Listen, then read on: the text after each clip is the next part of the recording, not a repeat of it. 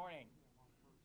My name is Ed Juris. I'm the Director of Regional Collaboration for Cuyahoga County, and I'm happy to be moderating this panel, which is called How Local Plans Can Have a Big Impact.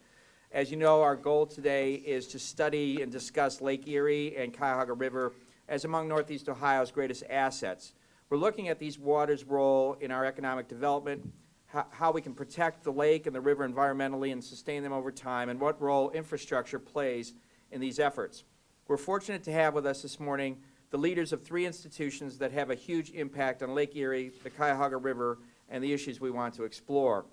Will Friedman has been the President and Chief Executive Officer of the Cleveland-Cuyahoga County Port Authority since June 2010.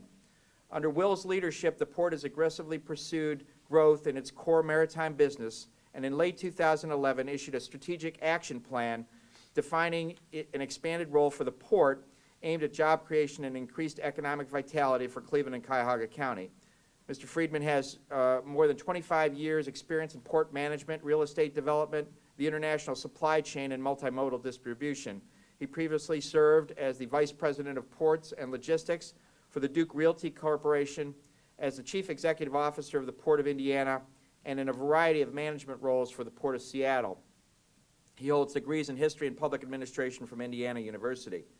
Julius Chach is the Executive Director of the Northeast Ohio Regional Sewer District. He oversees all aspects of managing one of the nation's largest wastewater management utilities.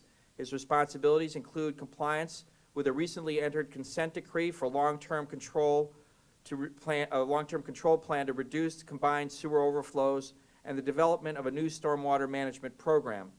Mr. Chach began his role in public utilities way back in 1977 and previously served as the Director of the City of Cleveland's Department of Public Utilities and as Commissioner of Cleveland Water. Our third panelist is Brian Zimmerman, who's a youthful 40 years old and is the Chief Executive Officer of the Cleveland Metro Parks. He's responsible for the overall management of nearly 23,000 acres, including 18 park reservations, 8 golf courses, the Metro Park Zoo, 100 miles of parkway, a yearly operating budget of $85 million, and over 500 employees. He'll be able to talk to us today about the growing role of the Metro Parks in the management of lakefront parks. He has previously served as the Chief of Operations for the Milwaukee County Parks, Recreation, and Culture Department. We have about an hour for this panel, and our format will be simple. I'm going to ask each of the panelists to come up and briefly, in about 10 minutes, give an overview of what they do at the port, the sewer district, and the Metro Parks as relates to the Lake Erie and to the river. And then we'll have an opportunity at the end for a question and answer period, which I hope will be very active, and then you'll go on to lunch from there. So I'd like to begin by bringing up Will Friedman, the Chief Executive Officer of the Cleveland-Cuyahoga Port.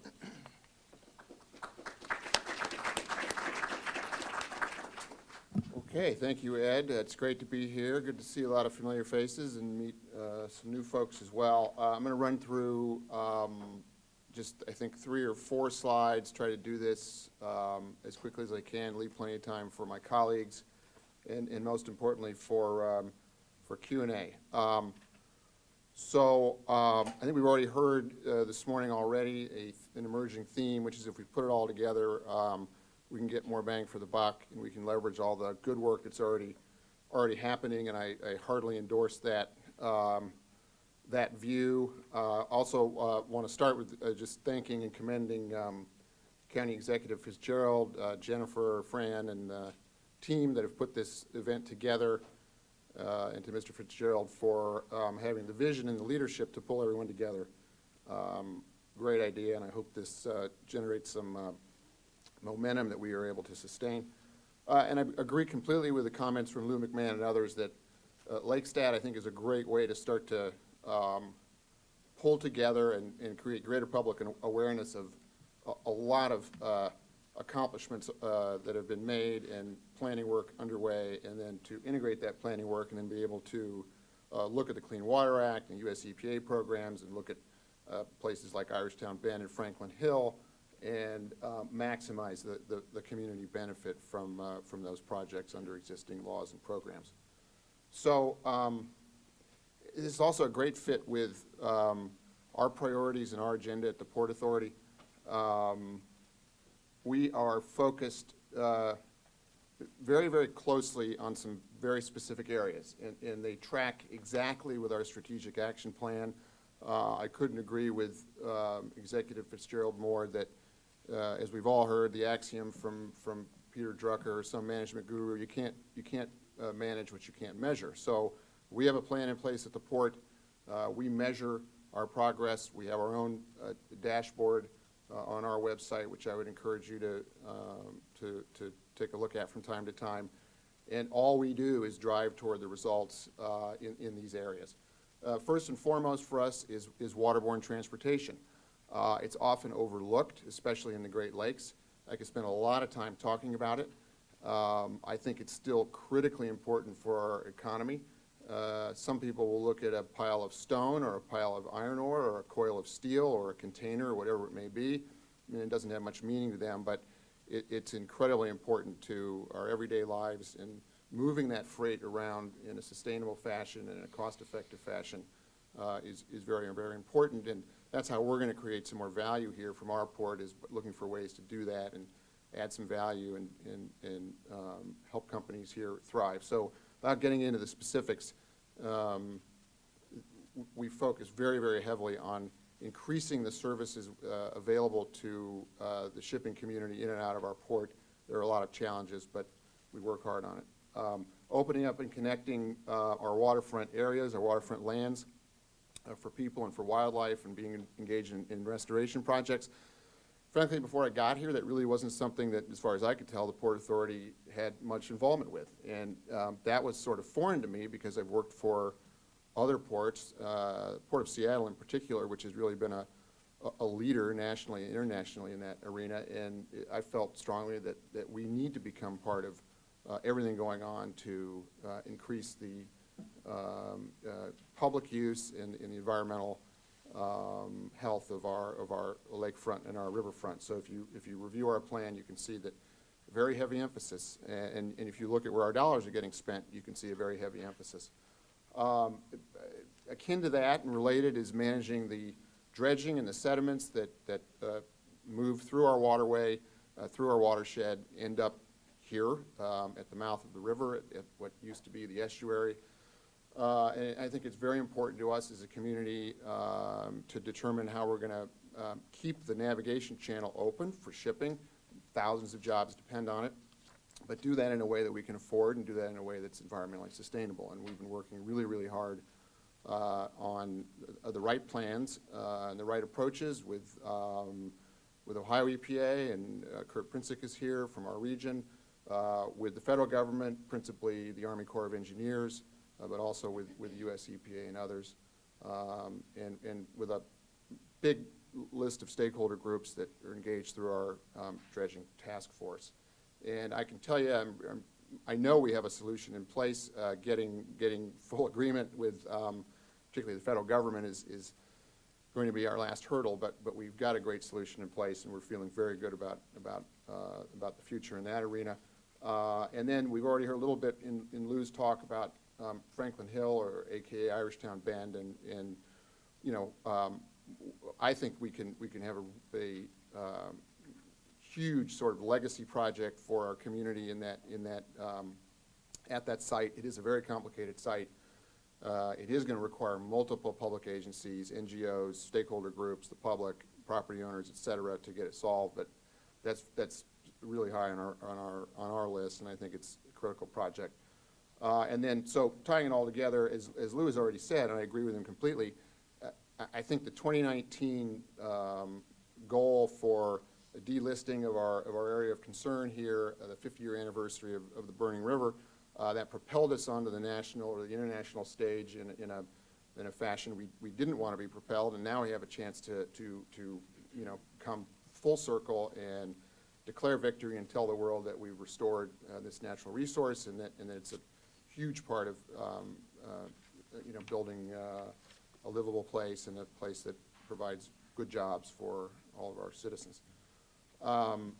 Quickly, just a couple of numbers. I know I got to sit down here. The 18,000 jobs and 1.8 billion. That's just the economic impact from the navigation, from the movement of cargo, and the companies that depend on it in our city and in our region.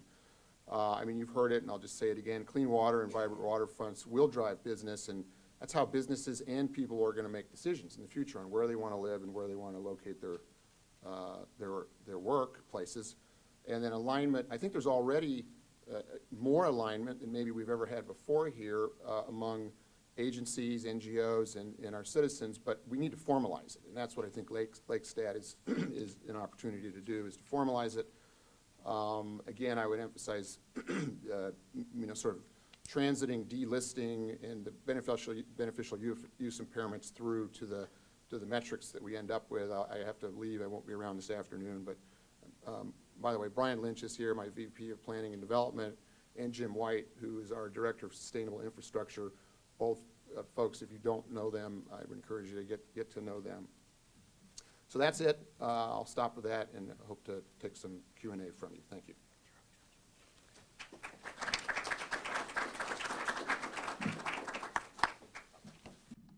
Okay, thank you. Good to be here, and good to see everybody, and it's a good discussion we're having here. Of course, at the Northeast Ohio Regional Sewer District, we have a big role to play in the lake, and indeed our tagline at Northeast Ohio Regional Sewer District is keeping our Great Lake great.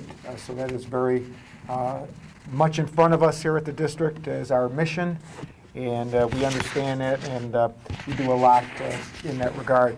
There was a lot of discussion here today about the fire and the Clean Water Act and the EPA. Well, the Northeast Ohio Regional Sewer District was formed at that time as well in 1972.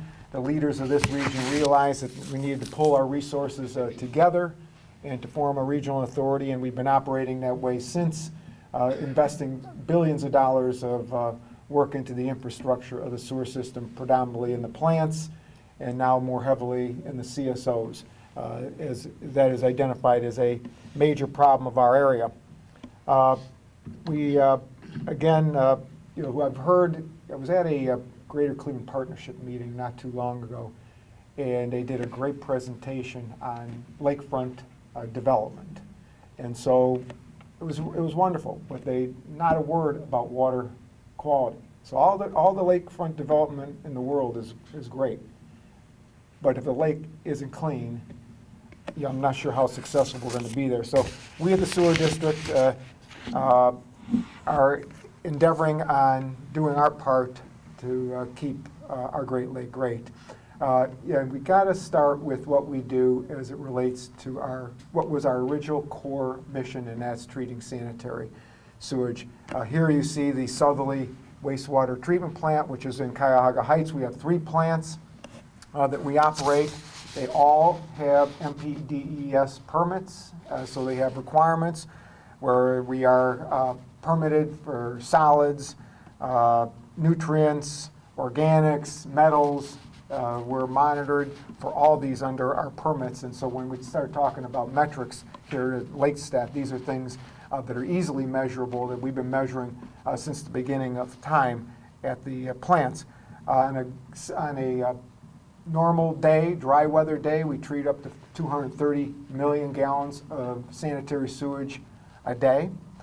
We can go up to 1 billion gallons during wet weather events. We do have, when we get higher than that, we do have some bypass moments at our plants, which is another issue that we had to address when we had our negotiations with the federal government. So we are working on those. As far as the combined sewer overflow issue that's been talked about a lot here, this is an issue the sewer district has been tackling for many years. At the onset, we were putting out about 9 billion gallons of CSO into the waterways and ultimately into Lake Erie a year. That has been reduced to 4.5 billion gallons, so cut in half over the years. So when we started into our consent decree negotiations with the federal government, we were already had made a lot of progress. And for us, it was a matter of trying to deal with the additional 4.5 billion gallons of sewage, combined sewage that we put into the waterways a year. Our negotiations resulted in a $3 billion program. It's well publicized, 25 years to accomplish, and we have to accomplish 98% capture of all of our of all of our CSOs. That is an incredibly high rate, higher than most areas have to achieve. I think in Cincinnati, it's under 90% that they have to achieve. We have to achieve 98% because Lake Erie has been designated as a sensitive body of water. So we have a lot of work to do.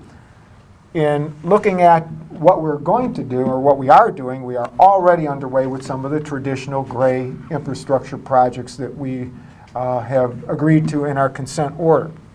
Here you see, and if you go down the shoreway toward Lakeshore Boulevard, traveling east, on the right-hand side, you'll see a construction area. Well, that's us. That's a construction zone for us where we're building the Euclid Creek Tunnel, the Tunnel Dewatering Pump Station. That companies that we had to build an electrical substation to carry out this project and to power the pump station. So this is a big project that we've got, some big projects we got going on now, almost $300 million worth of work right here. There's some additional projects that are going to go along with it that are currently being bid. We had one that was bid today, and so we're going ahead with that. We have another tunnel that's under design.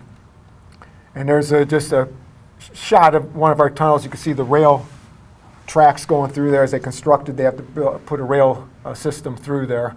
And that's a cavern that we're building for the Tunnel Dewatering Pump Station. Big projects, as Lou pointed out. These are big, expensive projects. But yes, we are doing some green infrastructure as well. And thank you, David, for pointing out this, that we have certain challenges here. It's important to note that when we negotiated this into our consent decree, this was the basis for EPA deciding that integrated planning was the way to go. You know, they used our negotiations as a model. We have two appendixes in our indexes in our consent decree, 3 and 4. 3, we agreed to do $42 million worth of green infrastructure above and beyond the 98% capture that we have to do to prove to the EPA and Region 5 and the federal government that in fact this would in fact work as it relates to managing CSOs. In addition to that, Appendix 5, or 4, I should say, will allow us to trade green for gray. So if we can prove to them with Appendix 3 that it works, we can then trade. So some of the tunnels that we have programmed on the back side of our program, we might be able to do some trade-offs there, just like Cincinnati did. And indeed, if Ohio EPA and others allowed it in Cincinnati, they would allow it in Cleveland as well. So we've got some opportunities there, and I will come back to the integrated planning because that is very, very important. Another thing that we have taken on, as many of you are aware, is stormwater management. This was a long-fought, hard-fought battle. We have done many years of planning, spent a lot of money on planning, and we implemented it this year. We tried to implement it 3 years ago, got involved in some litigation with some of our member communities and some business interests. We prevailed. There's still some appeals going on, but we have not been starting the program, and we did indeed start it this year, and we're charging a fee for that. We're collecting, we expect to collect over $30 million this year to use toward projects and maintenance that we will do on the regional stormwater network. We think that this is going to help with a lot of erosion control, flooding, and other things, including building a culture in this region for managing water as we get into more development in the future here. So this is just an example here. This was on Warner Road. This is the kind of situations you saw there. We had failure there. We came in. We did a temporary repair there in Garfield Heights just a couple months ago. This is not we're going to go back in here and do a real repair on this, but you can see we can mobilize quickly. And in Pepper Pike, when Ursuline College got damaged and all the trees were clogging the streams down there, we got in there. We removed $200,000 worth of debris. They never would have been able to do that in a short order as we were able to do it. So just a real good program that we got going. Some other things we got going on. We have an industrial pretreatment program that the EPA has delegated to us to to manage. We manage over 400 industries in this region, including 15 hospitals. As far as the discharges that they charge out, we are working with 500 dentist office, Mercury, with some putting in amalgam separators, so we're working with them. And here you see an example of some floatables, what we call floatables. We have 10 netting facilities at outfalls at the lake and the river where we trap 30 tons of floatables a year that we prevent from going into the lake. So these are things that we're doing, including the beach monitoring, which we do daily during the recreation season and put out advisories. Back to integrated planning just real quickly. We have a little different sense of integrated planning because we are, of course, doing green infrastructure, and there is integrated planning involved with that. But there are other things in our region that are out of our control, as was pointed out. The suburban communities have their own sewer lines. We don't control those. There's a lot of there are sanitary sewer overflows out there that are on these suburban lines. There is infiltration. There are illicit discharges. We are now taking it on ourselves to analyze what our exposure is and what our risks are in those areas. And we're going to circle back on those issues. And in the future, we're going to be proposing some alternative solutions to those. Affordability, folks, is an issue in this region. We have raised our rates every year since 1990. And Cleveland Water has raised their rates every year since 1990. When you combine the water and sewer rates in our region, as opposed to some other regions, you'll find that they're fast getting close to being competitive with gas and electric. And so it is going to be a issue going forward when you put our big program on top of that, plus what the local communities should be spending. And so we need to find some balance here. So we are, in fact, taking a good look at that and seeing, well, is the money well spent at getting to 98% capture, or is there more pollution coming from the sanitary sewer overflows and the I&I, and maybe some of that money needs to be addressed there. So that's more our version of integrated planning here. The EPA takes a little bit more of a narrower view on it at this point, but we think that they've shown their willingness to open up their minds to integrated planning, and we plan to approach them on that in the near future. So that's what I have.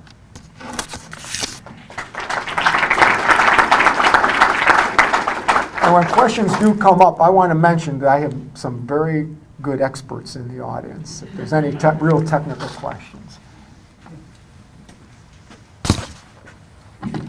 Well, good morning. It's still morning. I'm Brian Zimmerman, the CEO of Cleveland Metro Parks. I've been in Cleveland, Greater Cleveland, just over 3.5 years already, and it's hard to believe that things have gone as fast as they have.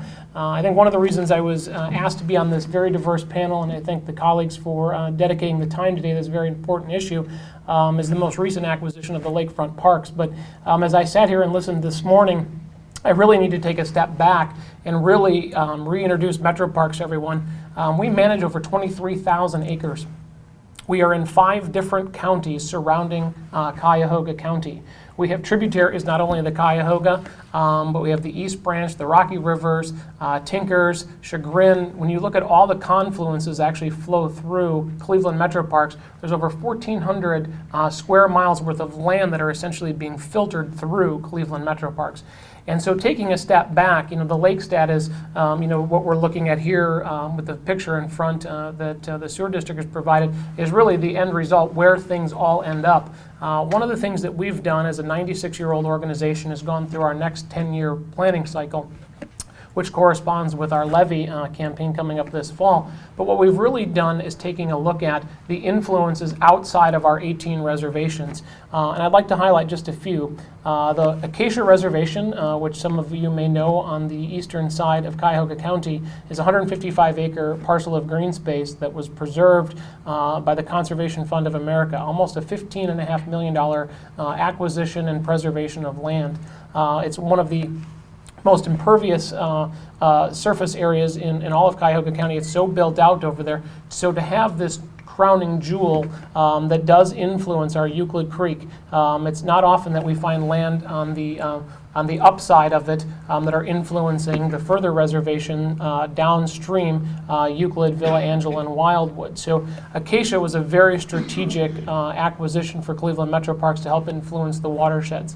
One of the partnerships with the sewer district, the West Creek Reservation, 324 acres, came to fruition through a grassroots effort. Essentially started on a kitchen table with napkins and has now blossomed into one of the most nationally recognized stewardship centers to focus on water.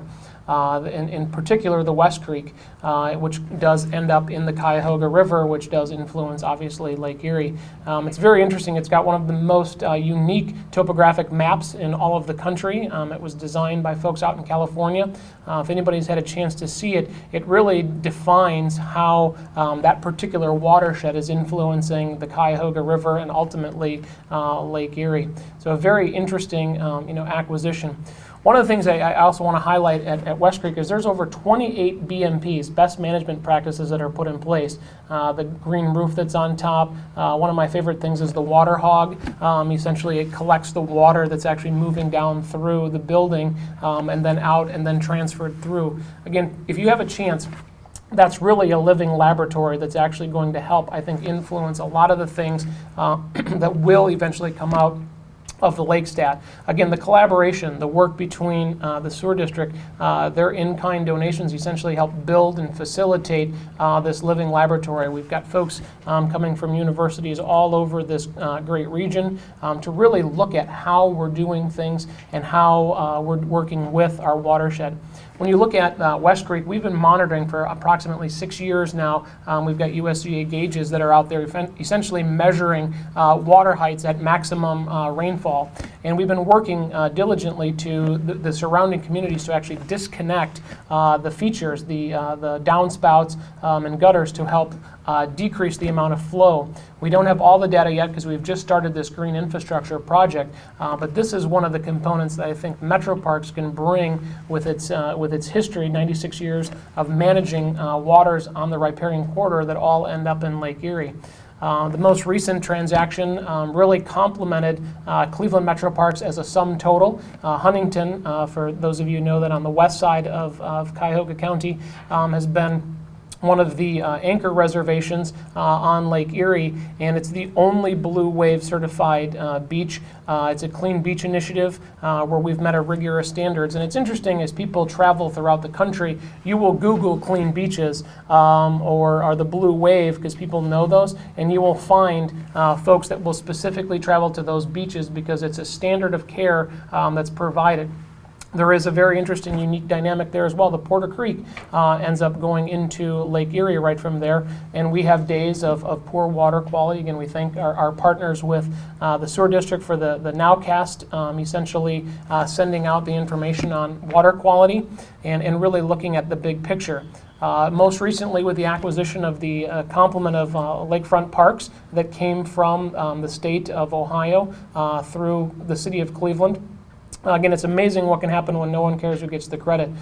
Very interesting dynamic when you're working with the local governmental agencies all the way down to the House, Senate, and the governor's office. But we were effectively able to transfer all of those parks back into local control the first time in over 35 years. Folks at the Port, Will Friedman and his leadership, the dynamic of working together is something that really needs to be celebrated in these lake stats, because the work they're doing on cleaning the river, the work that Hira Lowry's group is doing cleaning up all the different things, the partnership with the beach cleaner, we could not, anybody that can visualize Edgewater, we could not make one pass parallel to the river without having to dump. When we were first down there, we were only going 2 inches, and we were having to dump every single pass. We are now, I'm proud to say, we're down to 6 inches, and we're cleaning the beach 2 or 3, 4 passes now. So it's a significant change in the amount of material and really providing that safe, quality beach experience. Certainly, a lot of folks ask about the Euclid Beach. We do not provide lifeguarding there at this point in time, but we are providing beach cleaning services down there, and there are folks that are starting to reintegrate into those beach areas. So what, essentially bringing it home, essentially what Cleveland Metro Parks is trying to do is we're looking at further away from Lake Erie. We're looking at the influences that essentially will impact the overall water quality as it's coming through, and that's one of the big initiatives that we're working on with our 100-year celebration coming up in 2017. All of our reservations have zones of influence over the top of them. And we're really working and partnering with communities to help decrease the amount of water and influence that's ending up in our lake, not just in the Cuyahoga River, but all of the tributaries that do end up there. So thank you very much for your time today. I really appreciate the opportunity to discuss and have some quality discussion points on our Great Lake. Thank you.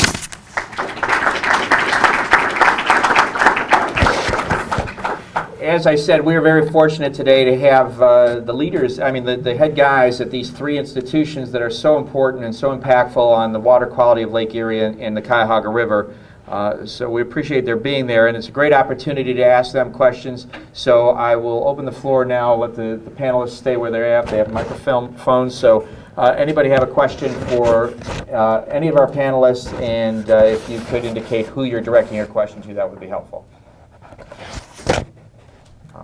Yes. Mr. Judge, quick question. When you have one of those chambers filled and the storm is over and you're then able to start treating the water that is in the chamber, how long does it take to treat that volume of water?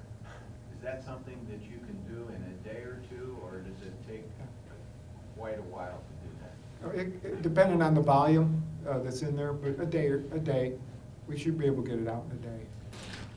We got, you saw the cavern, we were building quite a massive pump station there to pump it up and pump it into the plant. We are, in this particular case, we are adding some capacity at our easterly plant as well to be able to take additional flows during the storm events as well. So yeah, about a day. So as long as the storms were coming several days apart, those chambers would be empty for the next storm? That's correct. I mean, we know, as you know, we have to get 98% capture. So we all know there's going to be storms that are going to even exceed the capacity of those tunnels. But under normal conditions, we should be able to, certainly have that tunnel available for the next storm. And I might ask as a follow-up either to Chach or to Will, what is the water quality of the lake at this point, if you know? I mean, we see the swimmer alerts as you go closer to the town, to the city, that there are more warnings. What is the overall quality of the lake?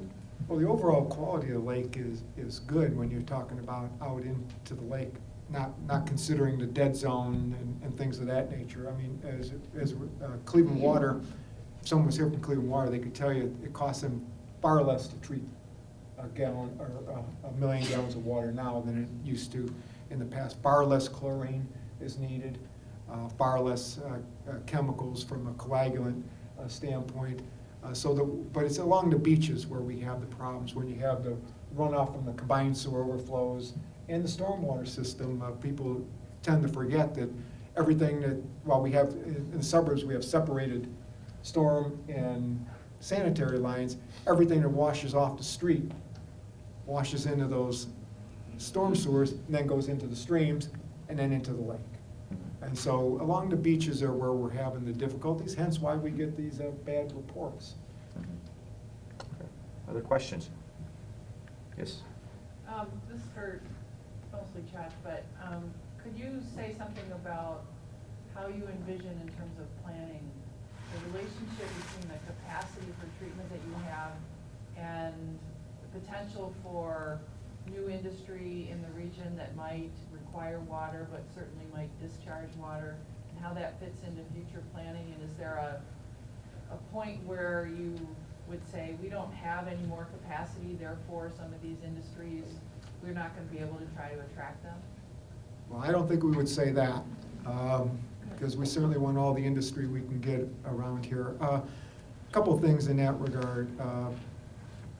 We have capacity. I mean, 230 million gallons on a normal dry day, and we certainly can go well up to nearly 1 billion gallons. So we certainly have the capacity as it relates to our treatment capacities here. And by the way, Cleveland Water has excess capacity as it relates to potable water.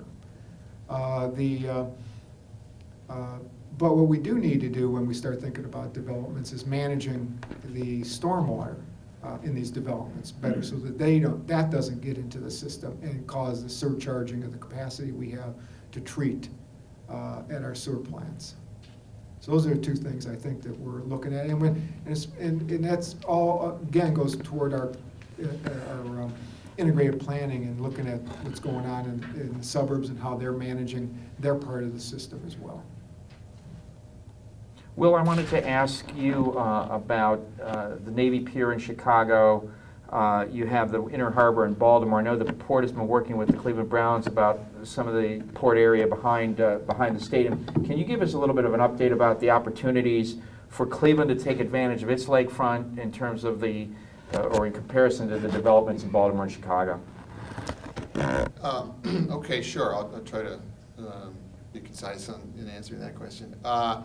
Well, a lot of things have happened recently on the lakefront that I think the general public is not aware of. We at the Port Authority turned back about 25 or 30 acres right in front of Brown Stadium, directly north between the stadium and the lake, to the city of Cleveland. That was area that had previously been off limits to the public. It was part of the port's marine terminal operations, and therefore not available for other uses. We looked hard at how much capacity we needed for the future on our docks, and determined that we could return that land, which had been leased from the city, to the city, enabling the city of Cleveland, as the mayor has now done, to go out to developers, to users, to anyone who might have an interest in redevelopment of that site, which of course is combined with existing North Coast Harbor, which is already open to the public. So you have a really large, significant infill development opportunity that didn't exist a year and a half ago now. And so the mayor had put together a advisory committee that I serve on, and others within the immediate area of North Coast Harbor and others within the city. There was a request for proposals and expressions of interest that went out. The deadline is passed, and those are being reviewed now. So we're going to get the first opportunity to see what developers, investors, planners think of that site. And it's kind of all based on the latest planning work that the city has done. The city had utilized an urban planning firm that the port had actually used some years ago when we were still contemplating a move to 55th Street, if you remember that ancient history now. And very, very good urban planners out of New York who've put, I think, a great plan in place. But that's just a plan, and it's a starting point. So all of that, the potential for a Baltimore Inner Harbor, a Navy Pier, or in my opinion, lakefront development, that Cleveland lakefront development, and even better than those two places, it is ripe. I mean, I think we're poised to see things happening. There's a marina. The city, by the way, is, I think, going to start construction perhaps this season or maybe in the next season on a short stay marina in North Coast Harbor, right in front of the Rock Hall and right behind Voinovich Park, which I think is going to be great. It's going to immediately introduce more activity and vibrancy when people are coming in with their boats. So that's happening. The port's certainly involved. We're not driving that. That's not. At one point in time, the Port Authority was kind of driving lakefront redevelopment right there in front of the stadium and all the way to the river. We have really rationalized, I think, the roles with the city, where the city on its own land is moving forward on development. We're more focused on our port operations and some of the priorities you heard me speak about in terms of the river and the ship channel. We did open up the Cleveland Lakefront Nature Preserve, which I didn't mention. It didn't get all that specific, but that's a 90-acre, brand-new, essentially, park, although a more passive park, a preserve. We're in partnership with Brian and Metro Parks on the management and the maintenance of that site. We have been for years. A lot of exciting things are happening. Some of them a little more known. People are generally aware of some, and others not so much. Right, and I would point out, I see we have Grace Gallucci, the executive director of NOACA there, and NOACA just made a major grant to the city of Cleveland for an access way from West 73rd to connect the Gordon Square area to the lakefront, and the county is now working with the city as well to try to get federal grants for a bridge across from Mall C down to the lakefront. So there's all these efforts to connect the areas south of the highway to the lakefront as a spur of economic development. I think we had a question up in the front here. Yeah, Josh Knights with the Nature Conservancy. I think this question's for Brian and maybe for Will too. One of the things our organization is interested in looking at is the use of natural infrastructure, not just for cleaning water, but also for mitigating disaster risk, whether it be flooding or storm surges or other types of natural disasters. And I'm just curious, from your perspective, are there any opportunities to, and maybe it was like a piece of property, the 90 acres that Will just described, are there opportunities to bring in some natural infrastructure solutions along the shoreline that would have, not only obviously good benefits for people to recreation and wildlife, but also provide mitigation from natural disasters? Yeah, yes, I think there are, and we haven't really started looking at these all that formally, but Jim White's in the back, and I might ask him to jump in here. But when you look at uses, beneficial uses for the sediments that we dredge up, one of the ways they've been used elsewhere in the world is to create storm surge barrier, because you place that mass and it can essentially do what the break wall is doing for us. And our break wall got pounded during Sandy and took out, we had 70-mile-an-hour sustained winds, moving around, massive armor stone. So what we've been thinking about is, well, maybe we could place the sediment, which is now essentially clean enough, or we think it's very close, in front of that structure, man-made structure. It becomes potentially nice fish habitat, or environmentally beneficial as well, and then it might also serve to protect everything that's built on the inside of our harbor during those storm events, and who knows whether we're going to get more of those over the coming years. So that's one way we have been thinking about that, and I'm sure there are others, and there may be people in the room that can speak to them.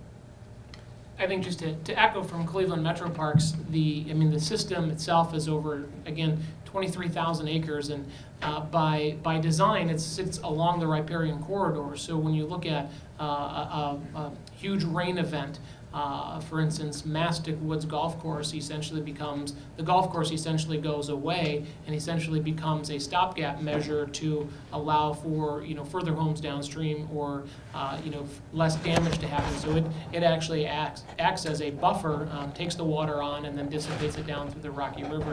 And there's examples of that all over the entire system. So, I'm hoping that we lessen the amount of natural disasters, but certainly, along the lakefront, the marinas and all of the breakwalls took a tremendous hit, and FEMA's doing a lot of work on fixing those things. But the three agencies that are sitting here in front of you are all collaboratively working together to get the water cleaner, whether it be the sewer district's program of removing the woody debris further upstream, or Cleveland Metro Parks, or the Port Authority with their two new pieces of equipment, working down in the lower part. You're starting to see, I think, the measurements of where LakeStat is. We've kind of got a flat or a plateau, and we've got all these different things that we can measure to see how we're doing, and seeing what the agencies are doing together will raise the bar here in Cleveland. Yes, sir. Hi, Steve Duff from University of Nevada. This is for when the sewer district goes from treating 230 million gallons of sewer today to a billion, is there any diminishment in the quality of the effluent that's leaving the facilities? No, we can give full treatment to up to 700 I think it's like 750 million gallons. When we start getting over that, then you may be shortcutting part of the process, but we give some level of treatment to over 1 billion gallons. So there, yes, there could be a point, there is a point in time where we start giving less treatment to when we start getting over 1 billion gallons. Question for the Water Sewer District. I'm under the impression, please correct me if I'm wrong, if there is a charge per acreage for the mitigation of the wastewater treatment, and if there is a charge per acreage, is there any consideration paid to what kind of land use that is, whether it's a parking lot versus an urban farm, per se? Well, you might be talking about our stormwater fee, which is not a cost per acreage. Okay, it's called a equivalent residential unit. Okay, and we have some square footage per unit. When we start getting into the residentials are 3 tiers: small, medium, large. It's pretty simple. Okay, and then for the industrial and commercial properties, we have which is called an ERU, equivalent residential unit. And I can't remember exactly what the It's square. all based on impervious surface. Right. Charging for the incremental changes to stormwater pumps, so it's impervious surfaces. Right. So when you get into land use, it's not a function of land use, it's a function of the impervious surface on the property. Right, but it's per square foot? It's per 3,000 square feet of imperviousness is what we call one equivalent Right. residential unit. That's the average household impervious surface, and then we ratio up by the size of the property and its amount of impervious surface. We offer credits for doing good things to control storm. I wanted to ask, we just have a couple minutes left, but I wanted to ask Will about the lake as an economic driver in this area and the issue of shipping and containers. So there's been some talk that the modern shipping containers can't come through the St. Louis Seaway and that's going to affect shipping on the Great Lakes. Can you address that issue, whether that is a concern and whether there's anything that can be done about it? Okay. Another topic that could be a long answer, I'll make it as short as I can. Well, we can handle containers, and just quickly for those who, most goods that are transported overseas today are stuffed into these ubiquitous steel boxes, containers, and that's how world trade moves. We don't see those here in the Great Lakes. In other words, ships that come in and out of the Great Lakes for the most part from overseas through the St. Lawrence Seaway are not carrying containers. They're carrying a freight that is non-containerized. That is because of a number of factors, one of which is that the lock dimensions themselves on the St. Lawrence Seaway limit us to pretty small ships by modern standards. Another factor is the seasonality of the system. It closes down in the winter.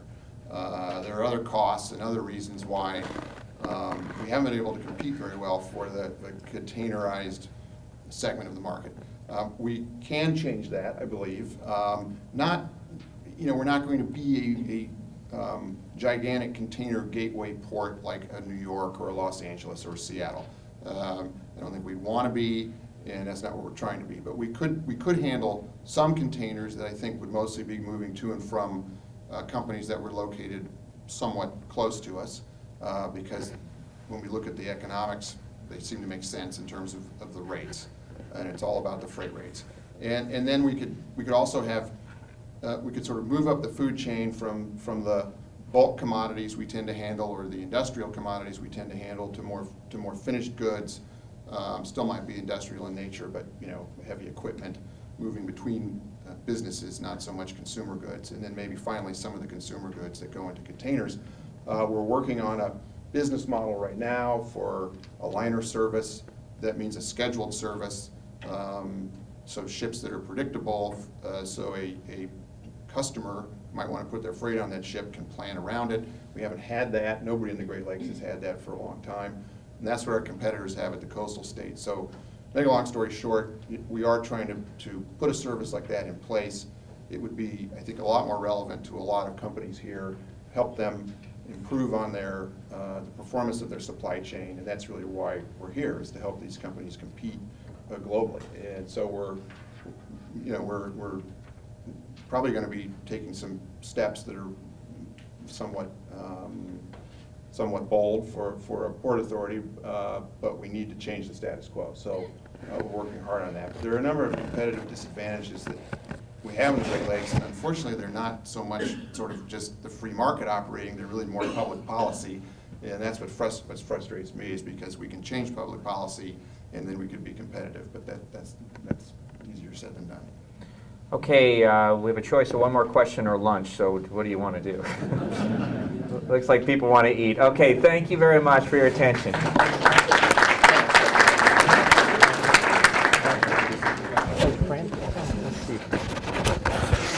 Oh, one announcement. Just some information. Lunch is outside, so feel free. It's boxed lunch. You can eat outside or eat in here. We are going to be starting promptly at 1. We were going to launch the website here during lunch, but we're going to change that, and we'll do that a little bit later. So enjoy your lunch, but please come back promptly at 1. Thank you.